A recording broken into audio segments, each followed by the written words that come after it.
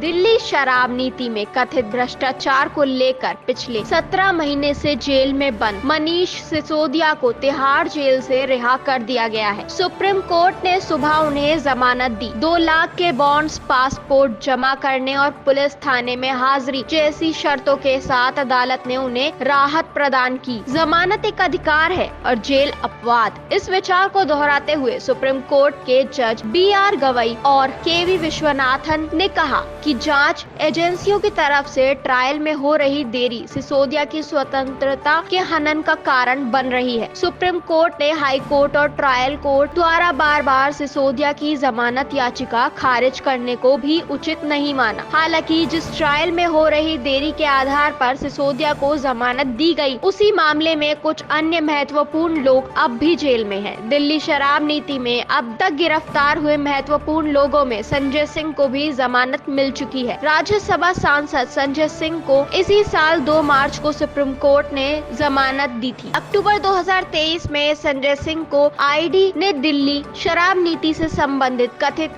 Money laundering के मामले में गिरफ्तार किया था। ED ने सिंह को मुख्य षड्यंत्रकारी करार दिया था, लेकिन अदालत ने उन्हें जमानत दे दी। इस केस में गिरफ्तार बिजनेसमैन राघव मगुटा, P शरद रेड्डी और दिनेश अरोड़ा अब सरकारी गवाह बन चुके हैं, इसलिए उनका मामला अलग हो चुका है। अब उन कुछ नामों पर नजर डालें जो अब भी जमानत के लिए अदालतों के चक्कर काट रहे हैं। पहला, विजय नायर। जी हाँ, 31 जुलाई की एक रिपोर्ट के अनुसार विजय नायर की जमानत याचिका पर सुप्रीम कोर्ट में अब भी सुनवाई चल रही है। यह मामला जस्टिस ऋषिकेश रॉय, जस्टिस संजय धुलियाल और जस्टिस SVN भट्टी की बेंच के सामने है। नायर की ओर से वकील बनीसा मोहंती दलील पेश कर रहे हैं। ट्रायल कोर्ट और दिल्ली हाई कोर्ट से जमानत याचिका खारिज होने के बाद नायर ने सुप्रीम कोर्ट का दरवाजा खटखटाया था। उनका कहना है कि वे आम आदमी पार्टी के मीडिया और कम्युनिकेशन विभाग के प्रभारी थे और शराब नीति के निर्माण और क्रिया में उनकी कोई भूमिका नहीं थी।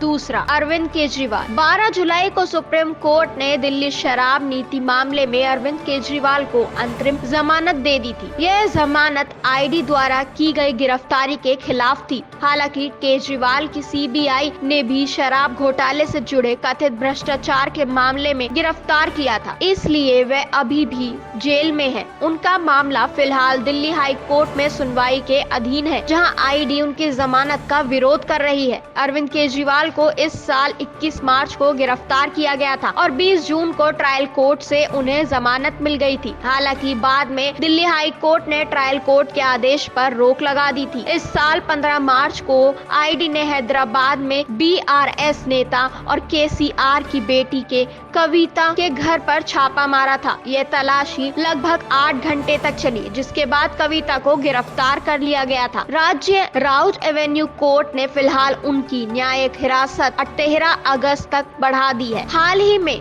कविता की डिफॉल्ट जमानत याचिका को भी खारिज कर दिया गया है। राउज एवेन्यू कोर्ट में कविता के वकील ने जमानत याचिका पर जोर न देने और इसे वापस लेने की बात की थी, जिसे अदालत ने स्वीकार कर लिया। इससे पहले भी कविता को हाई कोर्ट और ट्रायल कोर्ट से कोई राहत नहीं मिली थी। अमनदीप सिंह ढाल, उनकी बात करें तो 4 जून की रिपोर्ट में बताया गया था कि दिल्ली हाई कोर्ट ने उनकी जमानत याचिका खारिज कर दी थी और वह अभी भी जेल में है। हाई कोर्ट ने कहा था कि CBI के सबूतों के आधार पर ढाल दिल्ली शराब नीति घोटाले में महत्वपूर्ण भूमिका निभा रहे थे और एक बड़े षड्यंत्र का हिस्सा थे। अमनदीप सिंह ढाल को मार्च 2023 में ID ने गिरफ्तार किया था और अगले महीने अप्रैल में CBI ने भी उन्हें गिरफ्तार कर लिया था। अमनदीप ने अपनी गिरफ्तारी को निचली अदालत में चुनौती दी थी और राहत न मिलने पर दिल्ली हाई कोर्ट में भी अपील की थी, लेकिन वह अब भी जेल में है। इन घटनाओं ने न केवल कानूनी प्रक्रियाओं पर सवाल उठाए हैं, बल्कि उनके राजनीतिक और व्यावसायिक संबंधों पर भी ध्यान आकर्षित किया है। अब सबकी निगाहें आगामी